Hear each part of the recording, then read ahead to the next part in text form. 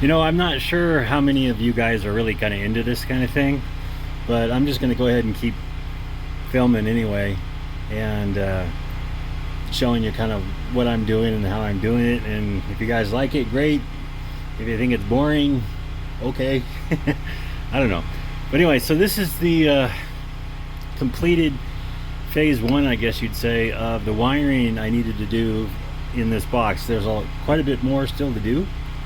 Like I said, there's supposed to be 2 inverters over here, and then all the connections for that, whether going through circuit breakers or whatever, are going to be in here.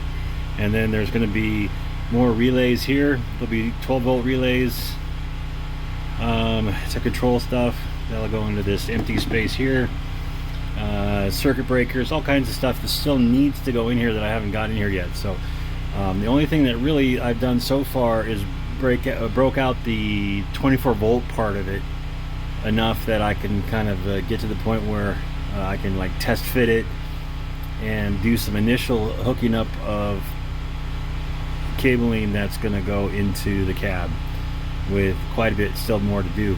So, but I just wanted to let you see what it looked like, how it all came together. And so here we got my relays. These are all 24-volt relays, and these are going to initially be controlling the various lighting that I have on the truck. I have 6 different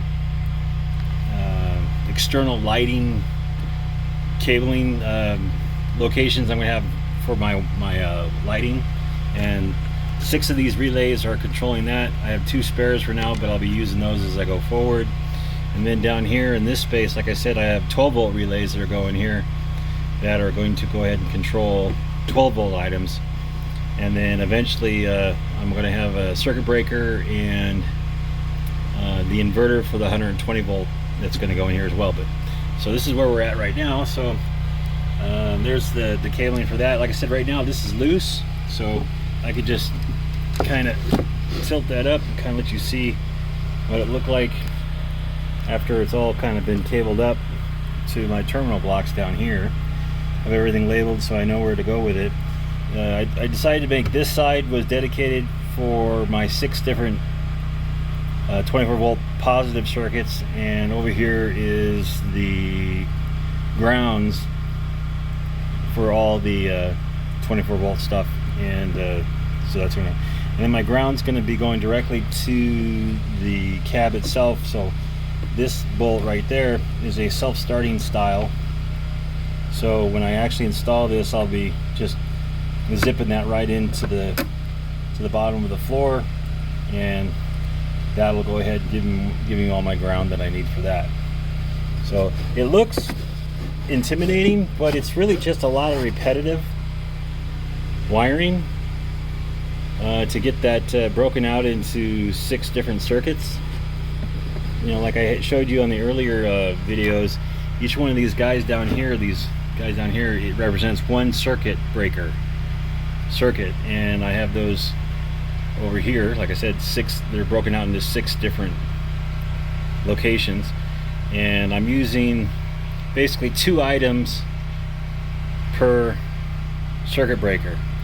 So for lights 1 and 2, 3, 4, and 5, and 6 on the top here, lighting cable 7 and 8, which I don't have yet, is going to go down here, 9, 10, 11, 12. So I'll have a total of possible 12 different external lighting options running through relays that can be run off of this and the ground over here. I'll probably do something pretty similar with the 12-volt relays up here. I'll probably have at least 8 so that it doesn't leak. So anyway, so that's it right now. I'm going to probably do a little test fitting with this here in a little bit, and I'm going to do some, I haven't done the cabling that's coming to this yet.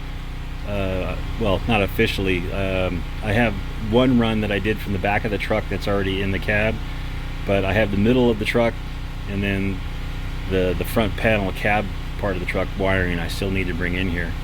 So I'll probably be doing that today and taking this guy and fitting them in and doing some of the initial connections down here on the terminal boards, and I have to do a couple of connections up here for the switches and what have you. So anyway, so this is where we're at right now for the electrical, and we'll just keep moving along. Oh, by the way, for those that don't know, this is my lighting panel.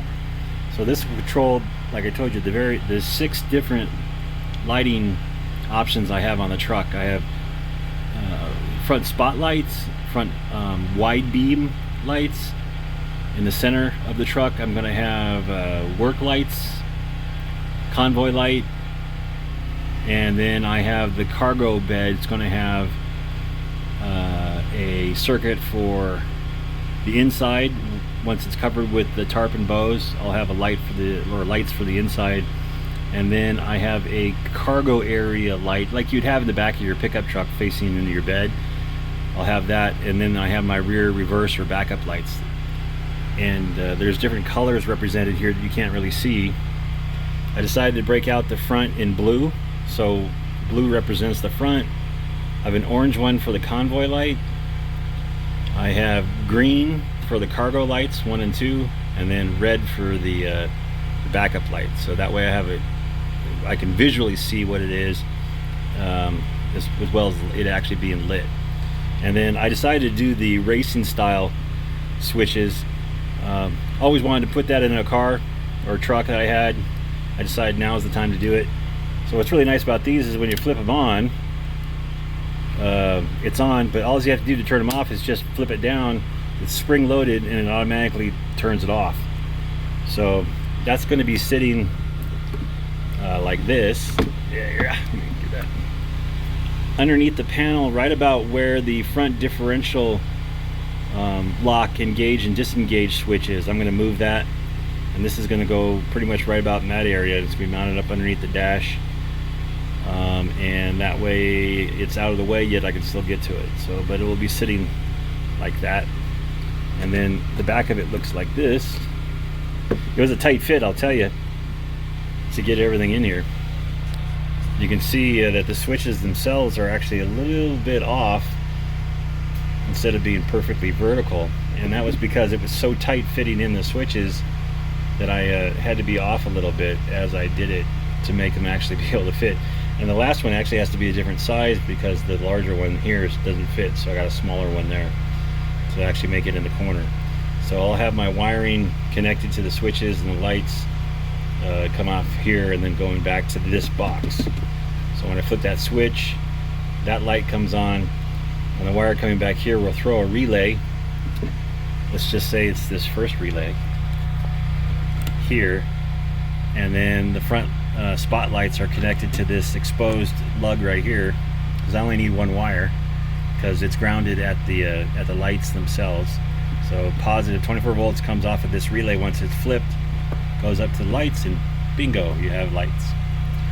So it's a lot of work to do this, but breaking it out into 6 different circuits, if I have any troubleshooting I need to do, makes it way easier than just randomly just hooking it up. Second, I'll know exactly what my circuits are and what they do, and also this gives me a chance to add as I go along later without really too much work, because I'm already doing it up front. These 2 relays are dedicated as spares right now, so if I need to add anything, I'm already wired, ready to go for adding it, so it'll be a lot easier down the road. And having everything in one spot as far as like a junction point and servicing makes it really makes it nice down the road again to work on the system or add to it or make changes, whatever. I can do it all from this box instead of having to dig through a rat's nest that's underneath the front panel. So anyway, so there it is, and like I said, I'm going to be moving forward. There's still a lot more to do here, and we'll just see how it keeps going.